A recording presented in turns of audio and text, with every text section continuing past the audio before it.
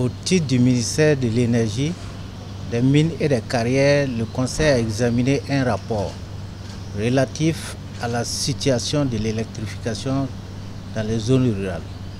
De ce rapport, il ressort un certain nombre de difficultés, mais également d'insuffisances qui ne sont pas en faveur du relèvement du taux d'électrification dans les zones rurales.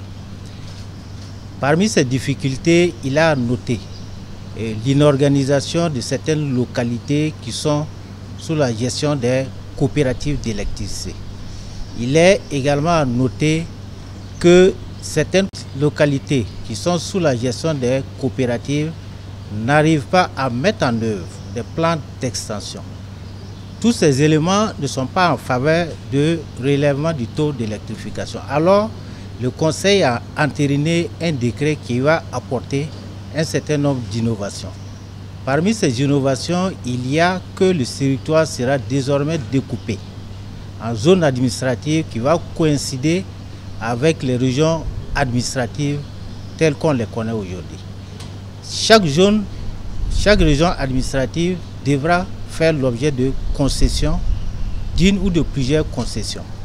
Et à travers ces concessions, chaque entreprise privée qui va postuler va arrêter un plan d'investissement et un plan d'extension sur la base d'un cahier de charges.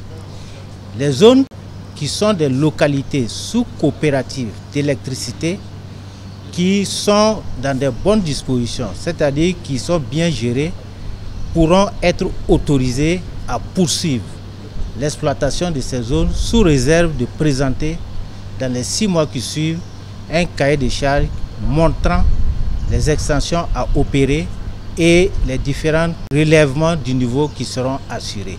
Toutes les localités qui sont sous coopérative et qui ne sont pas bien gérées, le Conseil a décidé de retirer les dites localités et de les confier soit à la Sonabel ou à une entreprise privée qui va présenter un cahier de charges et s'assurer de la meilleure exploitation de ces zones.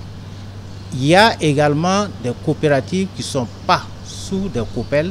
Le Conseil a décidé que ces localités fassent l'objet d'appels à concurrence ou sous forme d'offres spontanées sur la base d'un cahier de charges. Il faut dire qu'en plus également de ces éléments, chaque coopérative ou chaque entreprise soumissionnaire ou concessionnaire devrait également présenter un cahier de charges qui prend en compte l'usage productif d'électricité. L'usage productif d'électricité, c'est quoi? C'est tout ce qui est activité générative de revenus qui va permettre de mettre en place un certain nombre d'investissements, soit sous forme de forage à grand débit ou sous forme de système d'irrigation afin de pouvoir permettre à ces populations au niveau rural de pouvoir disposer d'activités génératrices de revenus. Il faut également souligner que le Conseil a décidé dorénavant de mettre fin à la création des coopératives et d'aller vers un assainissement de ces localités. Bien entendu, l'objectif visé, c'est qu'on puisse booster le taux d'électrification rurale qui est aujourd'hui à un niveau relativement faible, c'est-à-dire autour de 5,49%.